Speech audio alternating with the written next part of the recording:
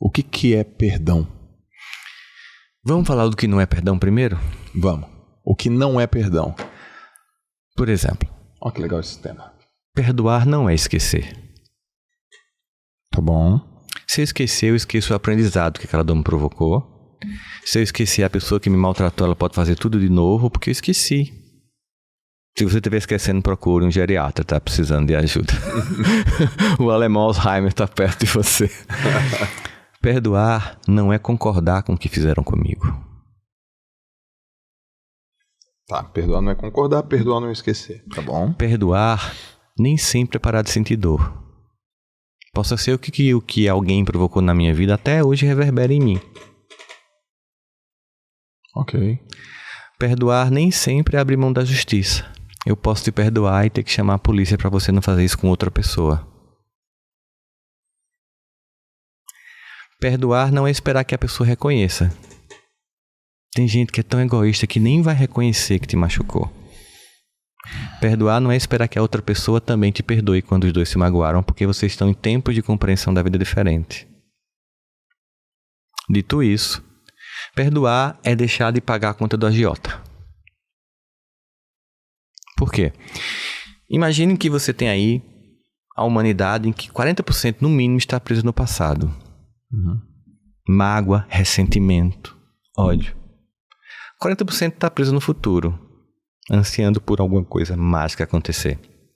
20% está aqui. Desses 20%, 18% está preocupado com o que os outros estão pensando. Sobra 2% de pessoas despertas no mundo, Joel. Não existe concorrência. 98% está dormindo. O que é o agiota? Imagina o seguinte, que todo dia eu acorde com 100% de energia para viver a vida. Ok.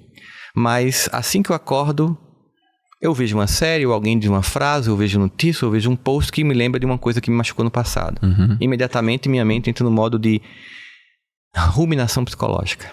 E 40% da minha energia de viver, eu estou pagando a conta do agiota, da dor que me foi provocada no passado. A agiota cobra 10, ressentimento cobra 40, velho.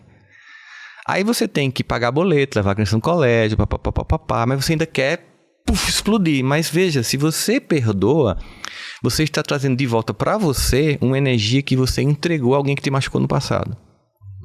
Ou que até está te machucando, mas que eu posso criar blindagens, ressignificar isso. O que acontece é o seguinte, eu dei um signo, a vida é cheia de signos. Por exemplo, você me machucou, você me humilhou, você me abandonou.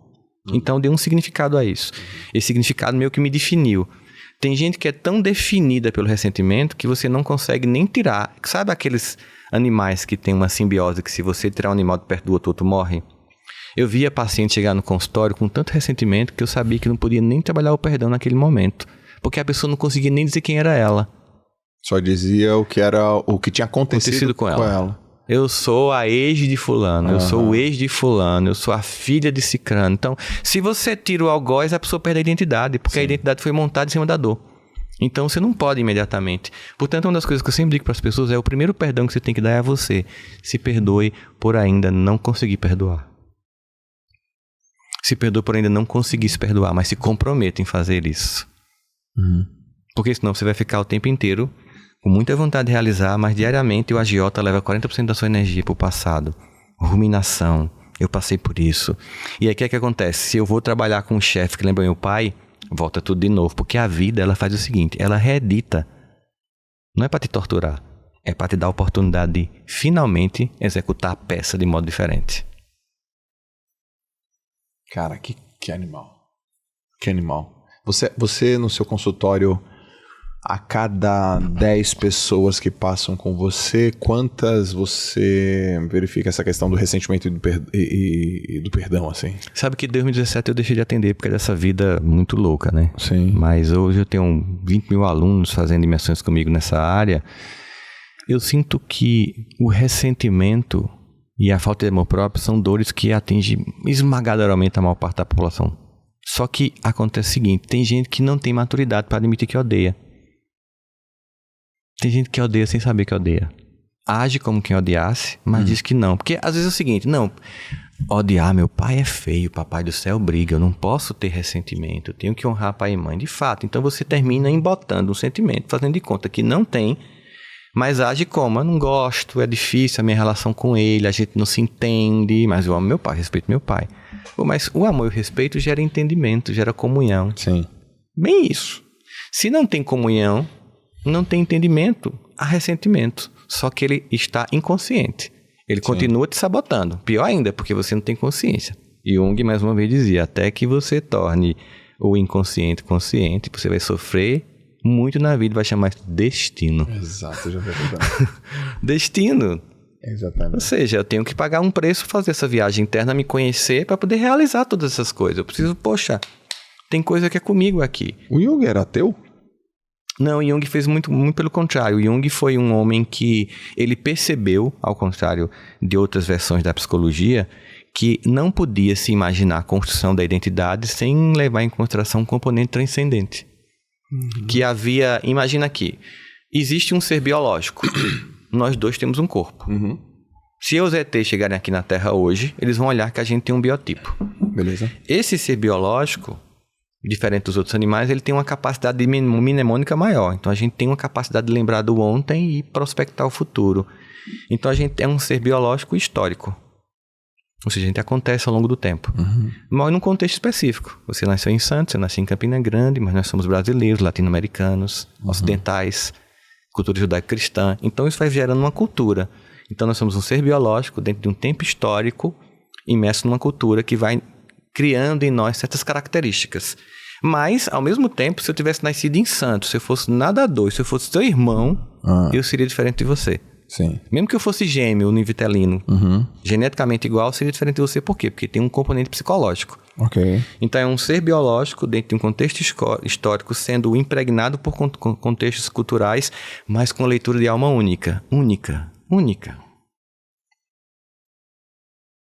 E que migra numa vida que é transcendente. Ou seja, é um ser biológico num contexto histórico, impermeado por uma cultura, com uma leitura psicológica única da vida e transcendental. É um ser biopsico, sócio, histórico, espiritual. Tudo combinado. Se você ignora uma dessas dimensões, você fica sem potência de agir. Porque é como se você deixasse de ter uma das forças da turbina de um avião com 6 turbinas, você está com uma só, 2, 3...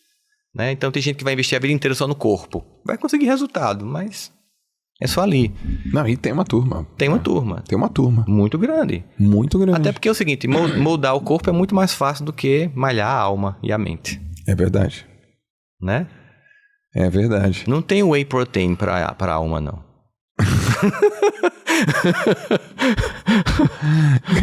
Cadê a creatina da alma aí? Não tem creatina, não tem, cara. É forjada dentro de você. Não existe um laboratório externo que lhe dê promessa, você toma um antidepressivo. Mas aquilo não vai resolver, entende?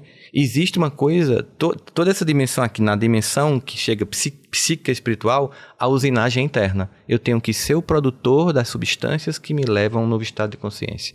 Eu usino dentro de mim. E claro, alguém vai dizer que vende isso pra você, mas é mentira.